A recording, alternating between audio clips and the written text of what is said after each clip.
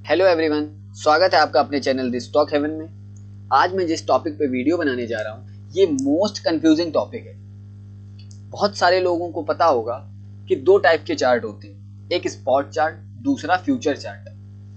तो बहुत सारे लोग जो ऑप्शन ट्रेडिंग करते हैं वो नहीं जानते हैं कि हमें कौन से चार्ट को देखना चाहिए। जब हम लाइव ट्रेडिंग करते हैं तो हमें कौन से चार्ट को ज्यादा फोकस करना चाहिए, किस चार्ट के अकॉर्डिंग हमें अपनी बाय और सेल ट्रेड बनानी चाहिए ऑप्शंस में। तो आज मैं इस टॉपिक पे वीडियो बनाने वाला हूँ। अगर आपने अब तक चैनल को सब्सक्राइब, शेयर और लाइक नहीं किया है तो अपने फ्रेंड्स और फैमिली के साथ इस वीडियो को लाइक शेयर करिए। और आने वाली टॉपिक्स पे अगर आप कोई वीडियो चाहते हैं तो चैनल को सब्सक्राइब करिए और कमेंट करके बताइए कि मैं और किस टॉपिक पे वीडियो बनाऊं। चलिए शुरू करते हैं। तो मैं जैसा कह रहा था कि जो स्पॉट चार्ट होता है ये क्या शो करता है। स्पॉट चार्ट जो मार्केट, जो एसेट है, जैसे निफ्टी और बैंक निफ्टी, जो एसेट का एग्जैक्ट प्राइस है, मतलब एसेट का करंट प्राइस जो होता है वो स्पॉट चार्ट शो करता है। जैसे निफ्टी जो एसेट है इसका करंट प्राइस क्या है, 24,831, मतलब जो करंट प्राइस है वो स्पॉट चार्ट बताता है। ठीक, अब फ्यूचर चार्ट क्या बताता है, तो वो भी तो निफ्टी का एसेट ही है।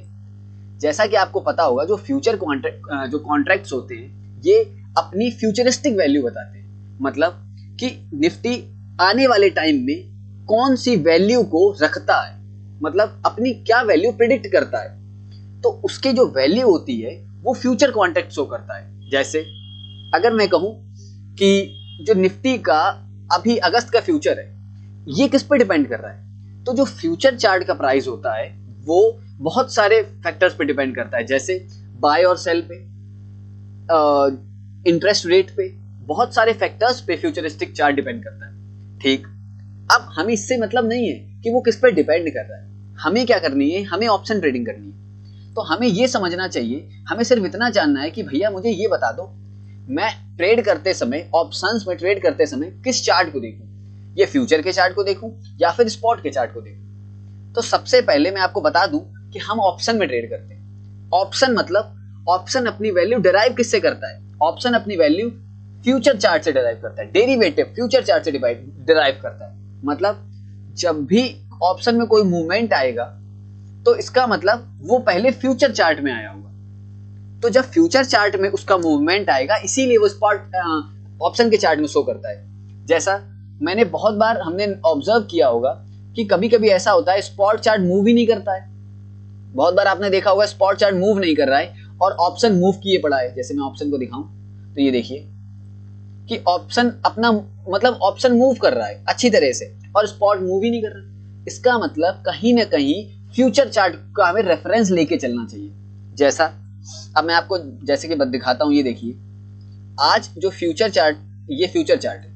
चलिए मैं निफ्टी से शो करता हूं कि निफ्टी का अगर मैं हाई मार्क करूं तो ये निफ्टी का हाई है। एक मिनट रुकिए, अगर मैं निफ्टी के हाई को मार्क करूं तो ये निफ्टी का हाई है। ठीक, और ये निफ्टी का लो है। ठीक, अब एक बार ऑप्शन के चार्ट को देख के आते हैं। ऑप्शन के चार्ट में क्या हुआ, मार्केट ये देखिए, मार्केट एक डाउन साइड का पुल बैक लिया, उसके बाद इसी पूरी कैंडल को रिवर्स करके फिर ऊपर जाके यहां से अच्छा सा डाउन ट्रेंड किया।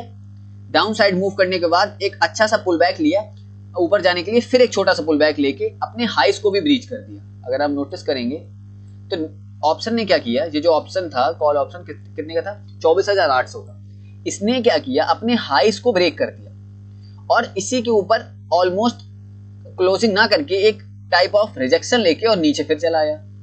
मतलब ये रिजेक्शन ऑल टाइम हाई से लेके आया था, आज के हाई से लेके आया था। अगर हम ये देखें तो हाई से रिजेक्शन लेके आया था ऑलमोस्ट क्लोज करने के बाद। ठीक, अब आइए जरा निफ्टी के चार्ट को देखते हैं। निफ्टी के चार्ट में क्या हुआ, स्पॉट प्रीमियम अपने हाइस को ब्रेक करके आया है। ये देखिए प्रीमियम क्या किया, अपने हाइस को ब्रेक करके आया है यहां से, और निफ्टी में प्रीमियम ने हाइस को ब्रेक भी नहीं किया। अब आइए फ्यूचर में देखते हैं, एज इट इज सेम। अगर हम फ्यूचर में देखें तो ये देखिए ये इसका हाईस, ये रहे आज के हाईस। देखिए फ्यूचर में क्या हुआ, ये देखिए ब्रेक करके आया था, ब्रेक करके क्लोज करके दोबारा डाउनसाइड मूव दे के आया है। मतलब स्पॉट में इसने ऊपर क्लोज नहीं किया और यहीं से लौट के आ गया, जैसे ये देखिए यहीं से क्लोज करके आ गया। फ्यूचर में क्या हुआ, ये इसके ऊपर क्लोज करके आया। सेम अगर हम देखें तो ऑप्शन में भी ये इसके ऊपर क्लोज करके आया था। अगर हम नोटिस करें तो ऑप्शन में भी, कहां गया, ऑप्शन में भी ये इसके ऊपर क्लोज करके आया था। मतलब इससे अगर हम थोड़ा देखें तो जब भी हम ऑप्शन में ट्रेड करते हैं तो हमें फ्यूचर के चार्ट को थोड़ा ध्यान में रखना चाहिए। जब भी हम अपनी एंट्री बनाते हैं तो हमें ध्यान रखना चाहिए कि क्या फ्यूचर मूव कर रहा है अच्छी तरह से। कभी कभी क्या होता है, सिर्फ स्पॉट मूव करता है और फ्यूचर मूव नहीं करता। कभी कभी क्या होगा कि स्पॉट यहीं से लौट आएगा, स्पॉट ऊपर चला जाएगा और ये क्या होगा, ये इसी जगह पे मूव कर रहा होगा। तो इसका मतलब ये हमें ट्रैप से बचा लेता है, ये हमें कभी कभी ट्रैप से बचा लेता है। मतलब कभी कभी ये मूव कर रहा होता है और ऑप्शंस मूव नहीं कर रहे, ये मूव नहीं कर रहे। तो हमें एग्जैक्ट अगर किसी चीज का रेफरेंस लेना है तो हम एक साथ दोनों चार्ट खोल के रख सकते हैं, एक तरफ निफ्टी स्पॉट का, दूसरी तरफ निफ्टी फ्यूचर का, जिससे हमें आसानी मिले अपनी ट्रेड्स को बनाने में। इससे हम क्या कर सकते हैं, बहुत सारी चीजें मैटर करती हैं। जैसे आप अगर वॉल्यूम इसमें नहीं लगा, मैं वॉल्यूम लगा के दिखाता हूं। अगर आप वॉल्यूम का यूज करते हैं, बहुत से लोग होते हैं जो वॉल्यूम इंडिकेटर का यूज करते हैं, तो जो एग्जैक्ट वॉल्यूम शो करता है वो फ्यूचर का चार्ट करता है। फ्यूचर का चार्ट आपको एग्जैक्ट वॉल्यूम बताएगा, स्पॉट आपको एग्जैक्ट वॉल्यूम नहीं बताता है।